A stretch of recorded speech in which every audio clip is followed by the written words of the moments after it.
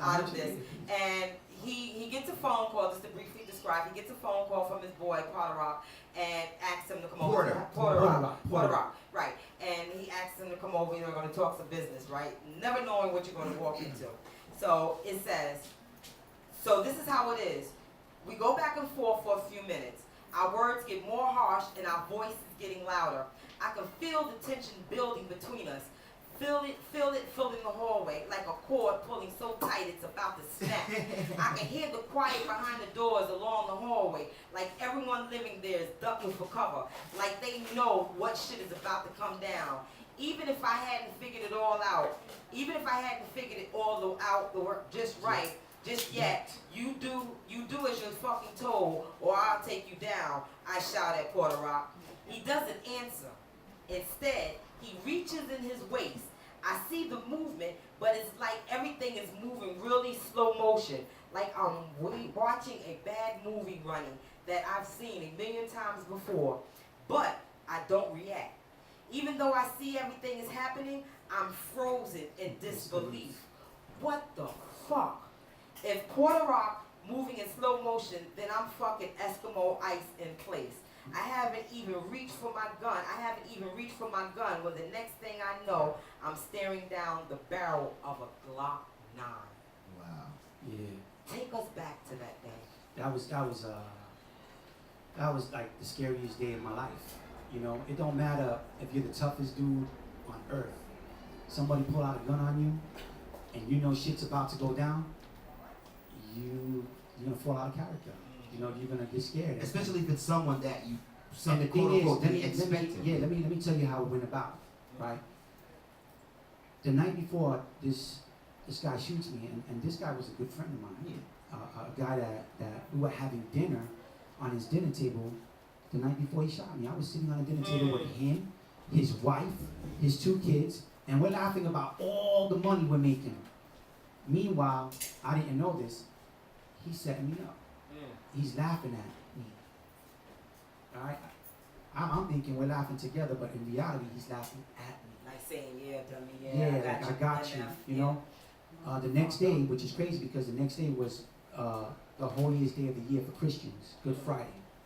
So he calls me over, and he's like, my man, I need you to come over.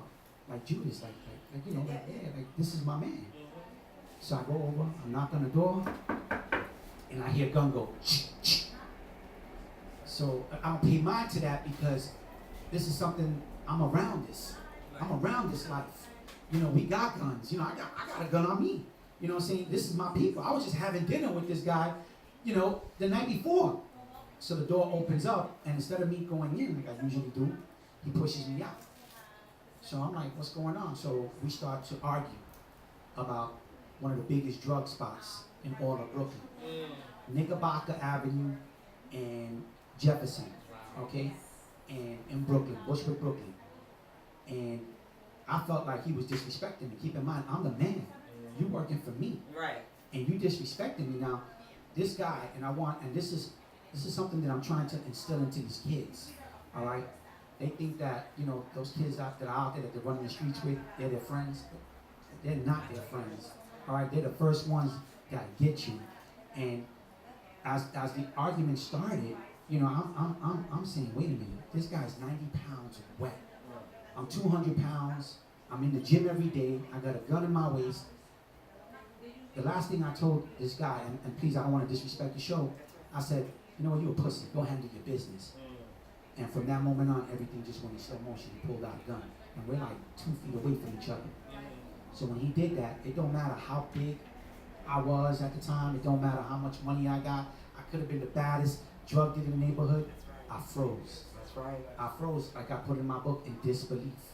So I picked up my hands and I said, don't do it. And the first thing he said was, nah, pussy, remember?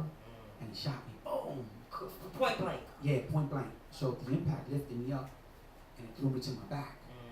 So I got up and I started to run. At this moment, I'm screaming for my life. And again, it don't matter. It doesn't matter. You know, you thinking they're gonna kill you, you know, you're gonna scream. So I started screaming, and he shot me again in my back. Boom! That bullet penetrated my main artery, that blood popped out my front leg over here, and all the blood popped against the wall, and I fell again. This time he came at me with the gun, and you could see the devil in his eyes. I mean, you could see that The demonic force. he knew he had to kill me. Because of the team that I have behind me, he knew that I gotta kill this dude. You know? So he put the gun right to my head and went click. And when he did like, he was like click. I said, oh. The gun jammed. The gun jammed on him. He took a couple of steps back and started fixing it. There was no way I was gonna allow that man to fix it. And me staying on the floor.